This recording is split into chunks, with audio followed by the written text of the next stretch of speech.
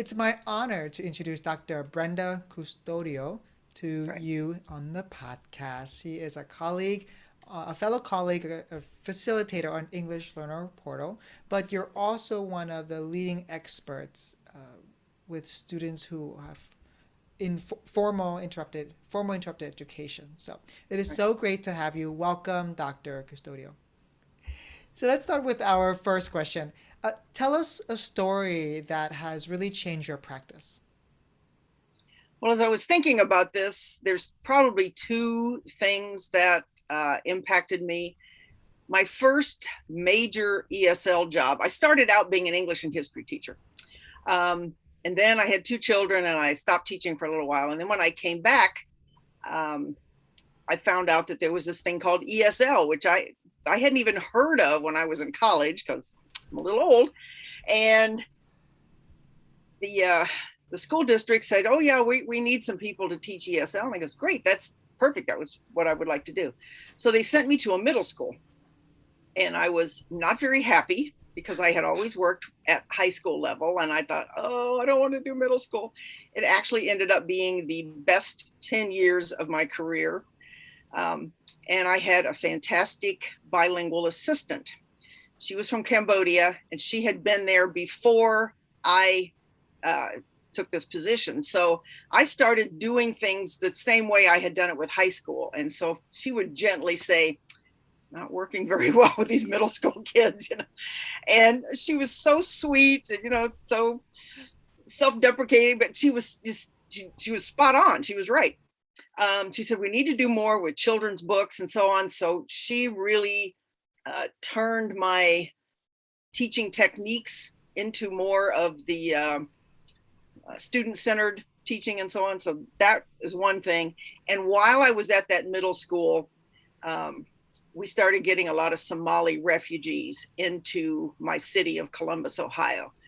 We now have the second largest Somali population in the United States. Minneapolis is first and Columbus, Ohio is second.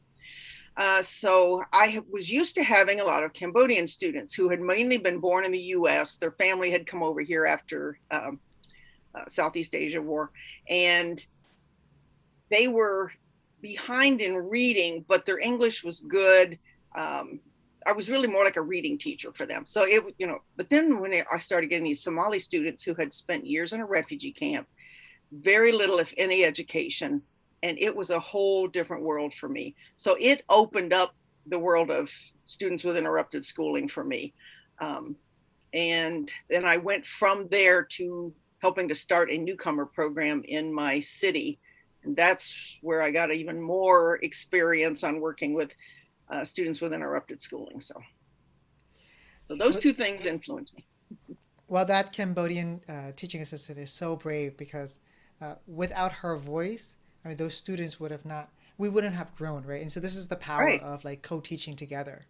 Yes. Yes, she was. And she has since become a teacher herself.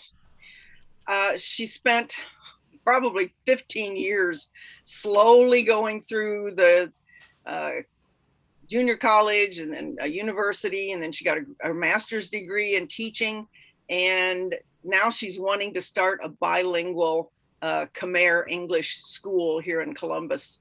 So she's working on that. I'm not sure exactly where she is in the process, but she called me last summer, and that was one thing that one of her dreams. So Oh, yeah, wow. That would be so great to have a Khmer bilingual school because we yeah, know the power of bilingualism and right, not just transitioning students into English and inadvertently out of their first language. yes. Yeah. Yep. So tell us about this book. This is one of four books that you've written. What was the seed for this book? Uh, well, it started with those Somali students that started coming to my middle school because that's the first time I had worked with a large group of students that had very little, if any, educational experience. And then when I moved to the newcomer program that I helped to set up, I saw the issues that these students have. We had a middle and a high school together in one building, and we had students who were 18 and 19 years old who had never read a book, never held a pencil. Um, and we were trying to get them ready to graduate. I mean, Some were able to do it, many were not because the challenge was just too much. But if we got them young enough, or we were allowed to keep them long enough, we were able to get them to graduate. So it was a challenge, but it was not impossible. And I think that's where the idea for the book came from. So Right. I love how you said this. It was challenging, but it wasn't yeah, impossible, right? And so I think it's right. all about teachers' perspectives. If they believe that it's possible, we'll create the conditions for students to achieve. Right. Right.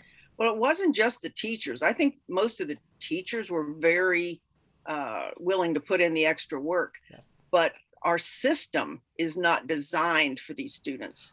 So even though we had a special school for them, and the school district that I worked in supported this and allowed us to do it, the state said, we need to, you're going to be graded on how well these students can test on the state tests, how well the students can graduate in a 4-year time period. So they were using the same criteria to rate our school that they rated, a private school with, all upper class students. So it was really not fair to the students. And then the students themselves got frustrated because they would say, well, I'm the same age as my cousin and he's going to graduate this year. Why am I still in 10th grade instead of 12th? And we would say, you're not ready yet to be taking physical science and algebra 2. You got to take the baby steps. And they got frustrated with that because, they had adult bodies, but they were almost like 2nd and 3rd grade in their academic skills. And it was a real gap that we were trying to fill. Let's go chapter by chapter. Your first Okay. chapter is an introduction to Slife. Can you tell us about Yes. who they are in your definition? Okay. Well, we looked at other people who had studied Slife clear back to the 90s. There were some studies done on newcomer programs. And then Freeman and Freeman wrote a book called Closing the Achievement Gap. They call them limited formal schooling students. New York City was actually the first organization and that recognized these students formally and gave them this acronym of SIFE, Students with Interrupted Formal Schooling. So we went back and looked at that, and they all defined these students as 2 or more years of interrupted schooling, often limited first language literacy. They obviously can speak their language, but some of these kids have had little or no education, like the Somali students that I was getting. And often they're behind, or at least have gaps in their math, their science, or social studies. I even had students with gaps in art. We had students who had never used scissors and glue at the high school level. So, we were going back and doing those fine motor skills. They would have trouble holding a pencil because they hadn't done it, and it would hurt their hand to have to hold a pencil for so long. So there's things that you don't even think about when you have a student who's gone through from preschool all the way up, and now you have somebody jumping right into the education system at 16 or 18 years old. It's, Very it's, difficult. right, it's quite difficult.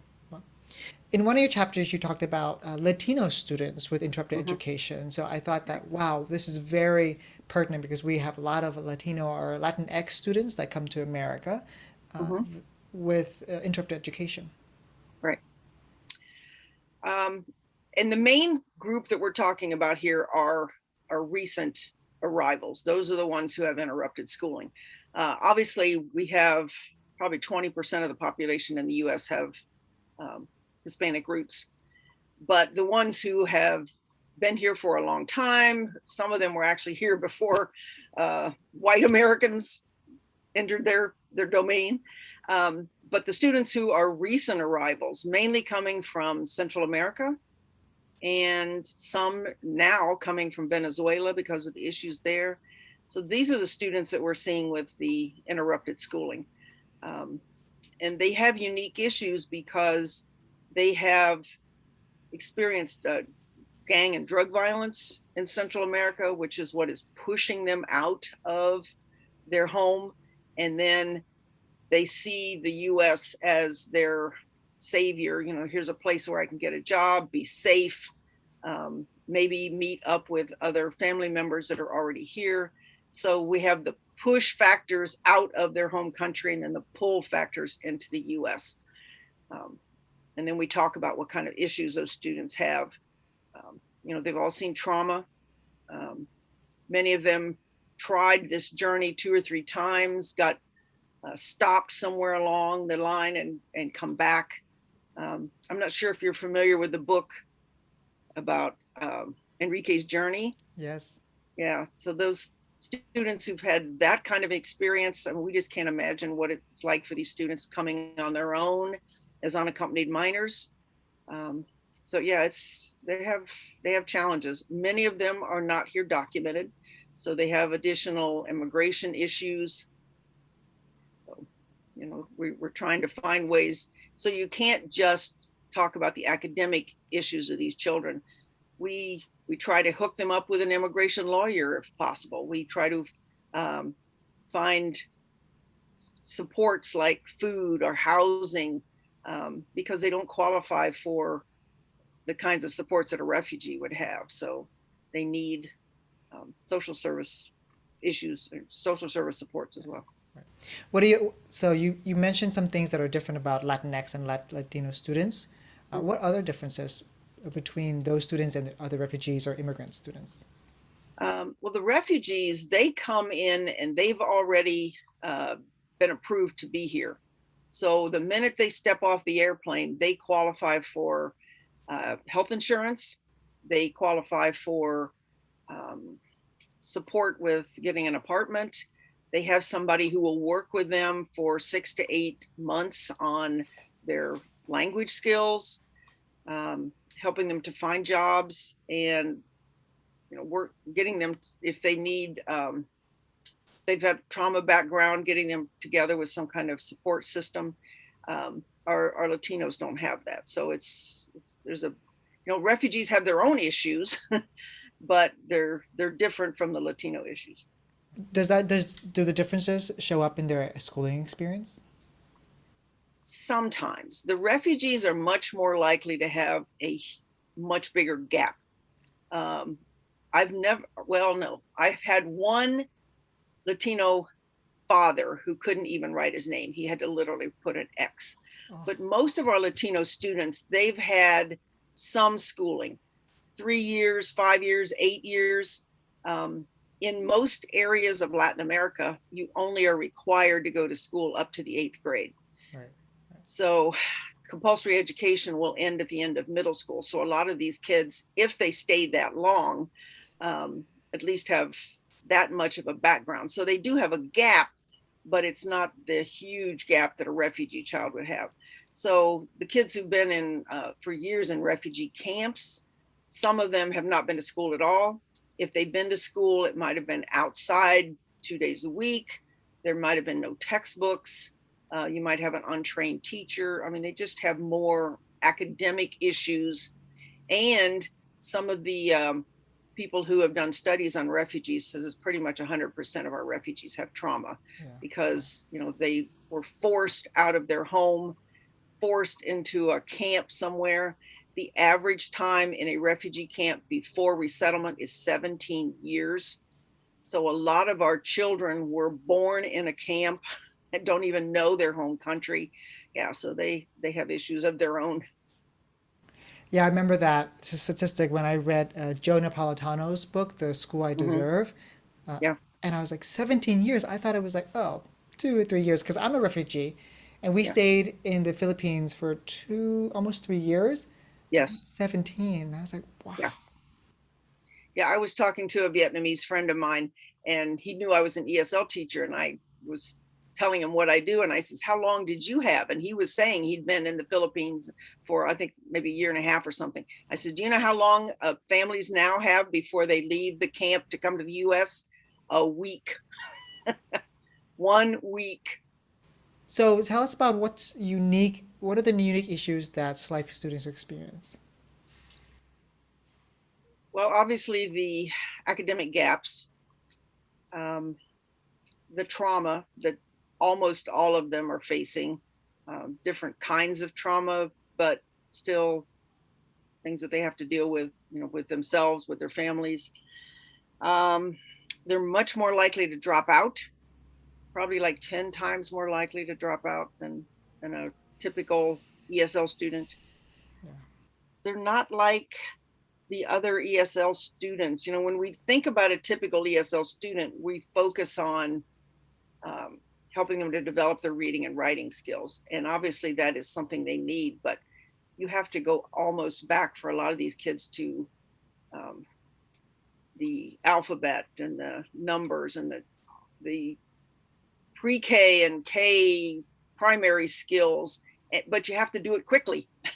You got to take a 15-year-old from pre-K to third grade in a year, and it's a challenge. And based upon your research, what are ways we could do that? Well, one of the things that we did at my school that really worked well is our ESL coordinator, the supervisor of the program, brought in some retired elementary school teachers. And those kids, 3 days a week, they would sit in little guided reading groups with these teachers, and they would work their way through picture books and sight words and calligraphy, everything that you would typically do in a primary class, but they did it with materials that were appropriate for the age. So you can find social studies and science books that are written at like first grade, second grade reading level with lots of pictures, lots of visuals. So they're learning content at the same time that they're learning literacy. That So, was one of the best things I've found. right. So start small. Yesterday I interviewed Dr. Andrea de Capua, and she said Mm-hmm. it's very similar to the Russian dolls. Like you Yeah. start with a little Russian doll, and then you go to the Yep. next, next, and next. But you always contextualize it within something the students already are familiar with, like their Right. food or their clothing. So one of your chapters is also about how to develop social emotional support for a Slife. Mm-hmm. Can you talk about that? Right. Well, one of the things that my co-author and I, Judith Lachlan, that we found was it's really important that we do routines with students. Um, in fact, we did 2 workshops yesterday for 2 different conferences, and we did the same workshop on trauma. And we were talking about the impact of routines on students with trauma because they've been in situations where they had no control. They're not sure what's going to happen next. They're constantly afraid. So if you can help them to feel calm and safe, and this is what's going to happen next, and then this is what's going to happen next, and we're going to give you a choice of these 2 or 3 things, so they feel some power, but they also feel comfortable. And you need to combine those 2 things. So there's different ways that you can do that. One of the things that we found is the morning meetings that you used to do mainly with primary age groups, but I've seen it done with high school. And you just bring the students, you talk about what happened over the weekend, you talk about what's going on in the school today. Um, this is how maybe put them together with a buddy. This is how lunchroom works. This is how the cafeteria works, how the gym works. So just to give them a heads up of what's coming, because a lot of them, especially the ones that have experienced trauma, they have these triggers. So if they hear bells or if they are in crowds, they panic. So if we can help them to realize this is coming, it's only going to last a couple minutes, just kind of the way a mother talks to a child, but obviously at a higher maturity level. But just to help them know, you're here, you're safe, we're taking care of you. You don't have to be afraid. Right. That's so important because they're leaving their place of residence before, Right, coming to a right, new place, new culture, not knowing the language, not right, knowing the systems, and not right, knowing the customs, then going to schooling, maybe possibly for the first time, or uh, returning to school after an interruption. And the schooling system in America is quite different. And so there are all these stressors because things right, are unfamiliar. And so when we create a stable system, a recurring system for them, it really Yeah. helps with the routines and it really helps with lowering their affective filter. Yeah. Yeah.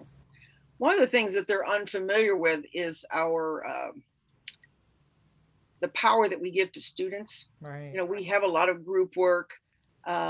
We allow them to choose what they want to read in certain circumstances. Um, we don't have the I'm the teacher, you're the student, you know, line up in rows, the kinds of things that a lot of the students have been familiar with in their school system in their home country. And they see what we do as um, too much freedom. So sometimes they'll go the other way, you know, I can do whatever I want. No, we have structure. It's just a different kind of structure. So it takes them a while to get into that new routine of, you know, yes, you have some freedom, but it has boundaries as well. So, Let's end with your last chapter, which is about okay. the school-based supports. Okay. Tell us about those. Well, Judy and I did a lot of research on visiting different newcomer programs and so on to see what other places were doing. So one of the things we found that works really well with our Slife students is a school-based health clinic, because especially for the students who are undocumented and don't have health insurance, they can get services, even dental services and vision and those kinds of things right there in the school. One of the things my school nurse said that she found issues with was if they had a physical issue, the parents would take them to get that issue addressed, but they wouldn't do the follow-up Yeah. because they didn't understand or they had not been introduced to um, going to the doctor for wellness checkups. Right. Or yes, you've taken your TB medicine, but now that you need to go back to the doctor and make sure it's working. You know, I took my medicine, I'm done. It's so different from what they're used to, especially for refugees who've had very little healthcare experiences. So that's one thing. Another thing I've seen that we had in my school was we actually had caseworkers in the school system that would work with students, connecting the student and the family with social services. Um, and they were people that spoke the language and were from the cultures of the families. So they would say, you know, this is a place where you can go and somebody will speak Somali, or this place you can go and they will speak Arabic. And then the families were more comfortable going to a place where they could talk about their issues. So those kinds of things. After school programs, Saturday programs, summer school programs, because one of the things that these students need more than anything is time. Yes. You know, they're missing so much schooling and there's only so many days, you know, so many hours in a day. So if you could do after school programming or Saturday program, it does give those students that extra time that they need. Is there anything else that I haven't asked you that you want to add about working with Slife Kids before we go to the closing activity? I just want to reiterate Debbie Zakarian's idea that, you know, we need to look at our students from the assets-based approach, and that they don't, you know, we focus a lot on what they need and what they don't have, but they come with so much. They have experienced things and survived experiences that we just can't even imagine. So they do have strengths and they do have expertise in areas that we have never even had to fight with. You know, how to survive gang and drug violence. I wouldn't know where to start. Some of these kids, you know, literally traveled 1,000 or 2,000 miles on their own. And that takes a lot of expertise. Just street smarts, you know, I guess is what we would call it. But, you know, they know how to survive. And we just need to give them the tools to be academic survivors as well as life survivors. And just to show them that, you know, education here is critical if you want to be all that you can be. You know, you made this journey here, make it count. You've got opportunities, but you have to take advantage of it. And, you know, we want to help you with that so we can connect you, but you got to do your part as well. So it's a partnership. Right. We want to honor their endurance and their Yeah, sacrifice and right. their travel to get here to say like, hey, you could do this. You've arrived now. Right. Let's work together. Yeah. What's the next step? What can we do now? The next step. Yeah. Right. Well, let's end with this activity. It's called red light teaching, traffic light Okay. teaching. So red light is something you ask teachers to stop doing. Yellow light is you ask teachers to start doing, and green light is what do you ask teachers to keep on doing. Okay. I'll have to think about this one. uh, Stop doing, I think, is just concentrating on what they can't do. Um, we need to think about their strengths. Um, I'm going to be doing a workshop on Tuesday with the school where I used to work. I'm retired now, but I'm going back, and we're going to be looking at. They have a large Latino population right now, and the principal says he's concerned that some of the teachers are saying, "Well, these kids are just here to work," and I says, "So, how many immigrants came to the U.S. for a job? I mean, for hundreds of years, that's the reason they come." So yes, they did come here to work, but while they're here, let's give them the tools so that they can be the best workers, the best students, the best whatever they want to be. You know, a construction worker or a doctor, whatever. We want to help them to meet their goals, um, and give them the toolbox that they're going to need to do it. So, you know, looking at their strengths and then giving them what they need to keep on going. For what do they start doing? Yes. I would like to see a lot of schools offer support for our Slife that don't already do it. When we go out, when Judy and I go out and do workshops, one of the biggest things that comes up is that at the high school level, algebra is the lowest math available. And if you have students coming in who are at second, third, fourth grade level of math skills, they're not going to be able to survive in an algebra class. So they need some kind of a foundational math as a bridge to move them into that algebra. Um, and how you do it, I'm not sure. Some places I've seen they do a double period of algebra. So the first semester they can build those foundational skills, and then the second semester they teach the actual algebra class.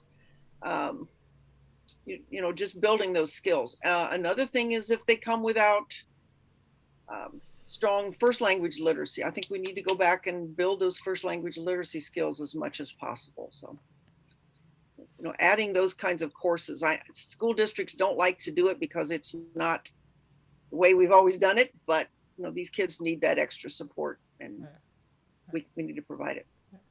What is something we can keep doing? The safe and welcoming environment. There's a real push now for social emotional learning, and these students need that probably more than any other student. They have almost all experienced trauma that we can't imagine. So if we can just provide them with, we're here to help you, we care about you, we will do our best to understand your situation, and we're going to help you to make it through. So that safe, warm, welcoming environment. I think most teachers are trying to do that now, and we need to keep on. Yeah. Well, you have been helping us do that with your co-author, Judith O'Loughlin. So thank you for spending the time to give us very quickly a brief synopsis of your book, but also strategies that we can implement right away.